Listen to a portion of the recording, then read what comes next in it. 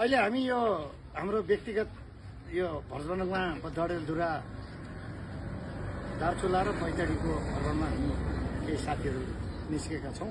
अहिले हामी बुढर बजारमा पुग्यौँ र बुढर बजारमा पुग्दाखेरि यो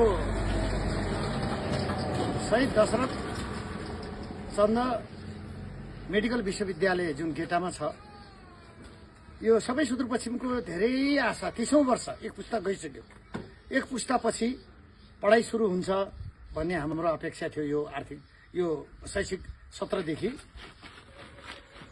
अब यो पदाधिकारी को रहन्छ के रहन्छ त्यसमा सुदूरपश्चिमको जनतालाई सरोकार छैन। सुदूरपश्चिमको जनतालाई त्यहाँ पढाइ सुरु हुनुपर्छ, अस्पताल बन्नुपर्छ भन्ने कुरामा दृढ छ र यो शैक्षिक सत्रदेखि यदि पढाइ सुरु भएन भने म अहिले यहाँबाट घोषणा गर्दैछु कि म गोपी हमाल पनि अनसनमा बस्छु हैन।